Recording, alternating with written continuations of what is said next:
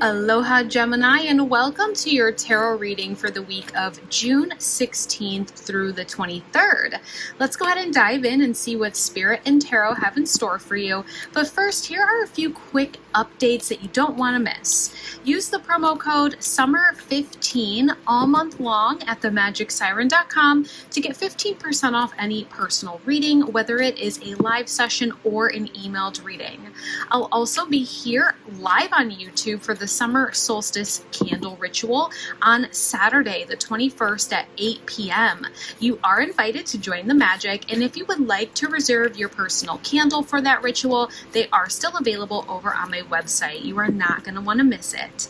If you want some more magic throughout your week, join me over on Patreon for exclusive content like weekly tarot scopes, bonus readings, rituals, and behind-the-scenes energetic updates. You can also sign up for my free Tarot Scope Tuesday newsletter over on my website. It's a weekly email that drops a little insight and inspiration straight into your inbox. And of course, if you're not already in our Magic Siren Facebook group, we'd love to have you over there. It's a beautiful space to share, connect, and grow in your practice.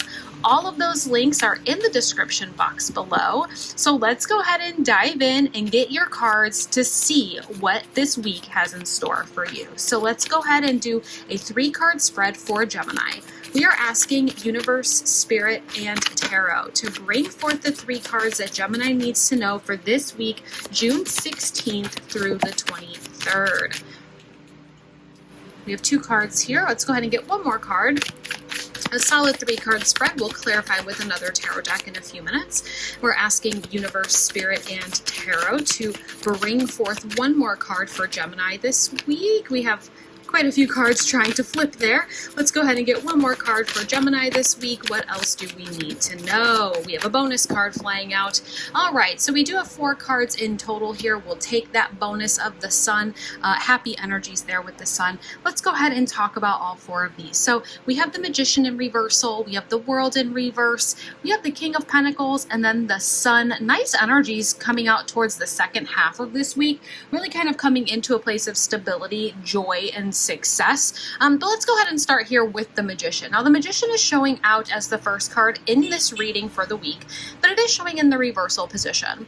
When we see reversals in a tarot reading, it can represent something that could have already happened, or there might be a slight challenge or obstacle that is preventing this card from showing in its upright position like this. When we see the Magician in its upright position, it does represent the manifester in the tarot deck, and it kind of gives that message and energy of you can create or manifest anything that you desire in your life at this time.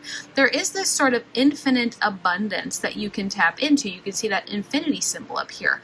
There is this sort of infinite abundance you can tap into through all of the tools and knowledge, experiences that you gained throughout this previous chapter of your life. You can see that the pentacles are here, the swords, the cups, the wands. And so the Magician has all the things that are necessary in order to create the life, the dream, the goal, the manifestation that they desire. It's just a matter of believing it at this point. We do have this in the reversal, which tells me that there's some sort of obstacle, there's some sort of challenge there that is preventing us from believing that we are the Magician, and not only believing it, but making it work for us. We see the World in reversal as well, and the World in the upright really represents this sort of completion. It's victory, it's success. When we talk about the major arcana cards here in the tarot deck, which, mind you, you have 3 of 4 major arcanas right here.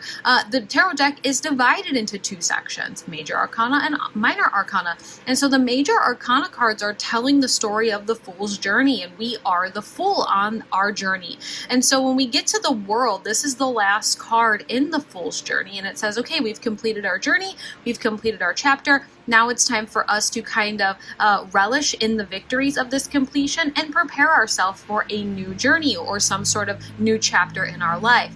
And so this is showing out in the reversal. Both of these cards together are almost kind of saying, Gemini, that you have the ability this week to kind of look at the bigger picture, see how far you've come, and remember that you have all the power and the tools necessary to manifest the beginning of whatever this new chapter is that you wish to experience in your life. life. We do have the King of Pentacles showing out here, and I love the King of Pentacles because he's the master of the Pentacle suit. When we talk about the Pentacle suit, the Pentacles is all about our stability, success, opportunity. It's material world, so our money, our finances, how successful we are in matters of our projects, our careers, material sort of things in this lifetime. And he's the master of it. He has this sort of wealth that he's built for himself. And we are wealthy in many different ways. So, we don't have to necessarily just say that this is wealth within money. And this is wealth within wisdom, knowledge, experience, family, love, all the things. And so this week, we're kind of getting to this place where maybe we're realizing what that wealth looks like for us. And maybe we're also coming into a time where we would like to grow into something where we can pass on generational wealths to the next sort of generations in our life. And then we have the Sun card. Wonderful way to kind of end out this week. We do have the shift into Cancer season. And we also have the summer solstice coming up this Saturday. So that summer solstice energy is the first official day of summer. And so it doesn't surprise me to see this Sun card. Gemini, you are actually the first of the signs that I'm recording for this week. And so I'm curious to see how many sun cards come out this week. I think it's going to be a lot because we are going into that first day of summer. And so just take some time towards the end of the week, maybe this weekend, to go outside, allow that big, beautiful star of ours to charge you up a little bit, have some joyous moments with friends, with family, and allow yourself to just grow into this sort of new version of yourself, really getting ready for this new chapter that you're manifesting. I want to go ahead and clarify here and just kind of see what these obstacles are that we're seeing with the Magician in the world. I almost kind of feel like the obstacles are maybe either not knowing exactly what we want to manifest, or maybe we just don't believe that we have the tools necessary to do so. We have a Tower energy, Tower moment. So there's some big shifts or changes that are currently happening or will be happening this week that are maybe making you question if the current manifestations or the current plans that you have are actually in alignment with what you want. Let's go ahead and clarify a little bit more here. We have the Four of Pentacles coming out. We have the Three of Swords coming out here. That Three of Swords energy, it does feel like emotional difficulty, heartbreak, something that is a little bit more difficult to navigate. With that coming out on that King of Pentacles, for some of you, you might be dealing with a earth sign, and there might be some sort of ending of a relationship with an earth sign.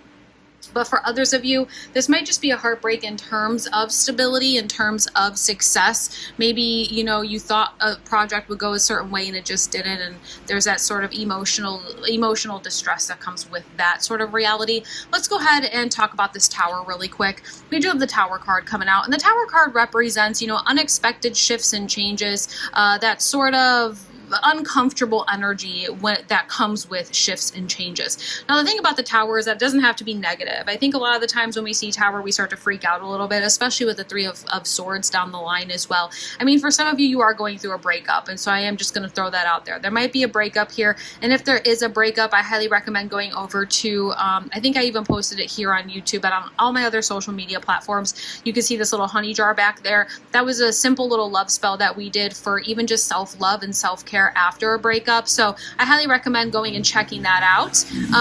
But with this Tower card coming out, it doesn't necessarily have to be bad. It is giving you this opportunity to kind of shift focus and be able to manifest something that's going to be a little bit more in alignment with your highest self and your best future, okay? The Tower just says, let's allow this to fall so we can rebuild. So we can rebuild not only strong, but really understanding that this new Tower that we will build is going to bring us something that's going to be worth protecting, worth fighting for. We have the Four of Pentacles there. The Four of Pentacles is just that. It's really protecting our heart, protecting what we've worked for.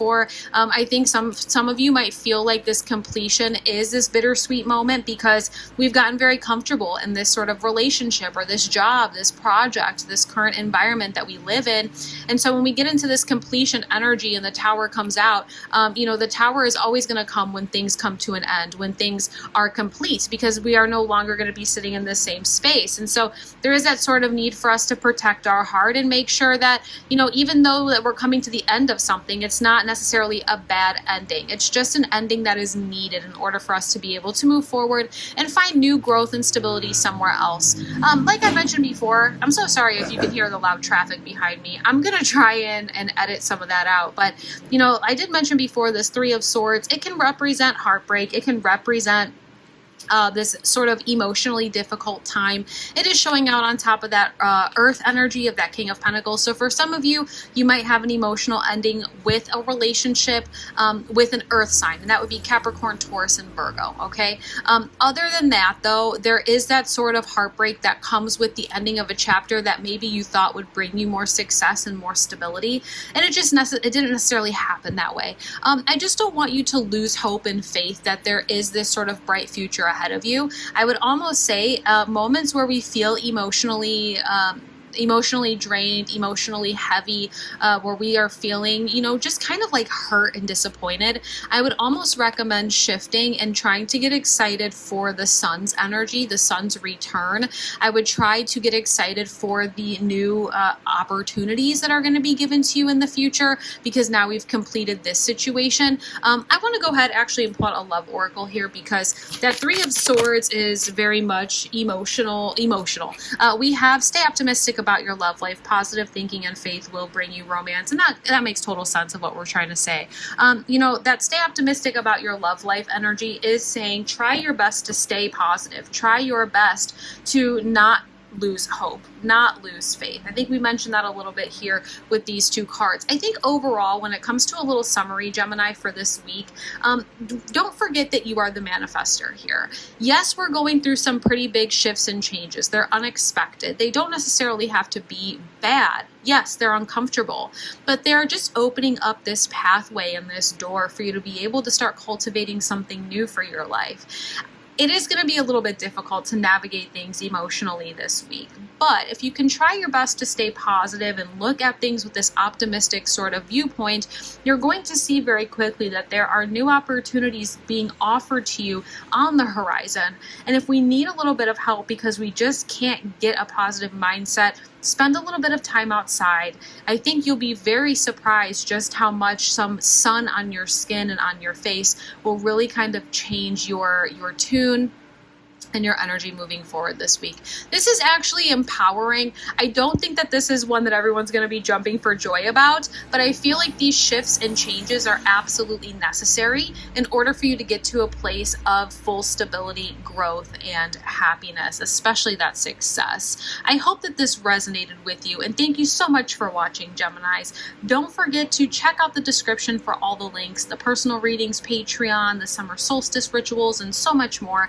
And if this reading did resonate with you, don't forget to like, comment, and subscribe so you don't miss out on next week's reading. I'm sending you lots of love, clarity, and a little extra magic your way this week. Aloha.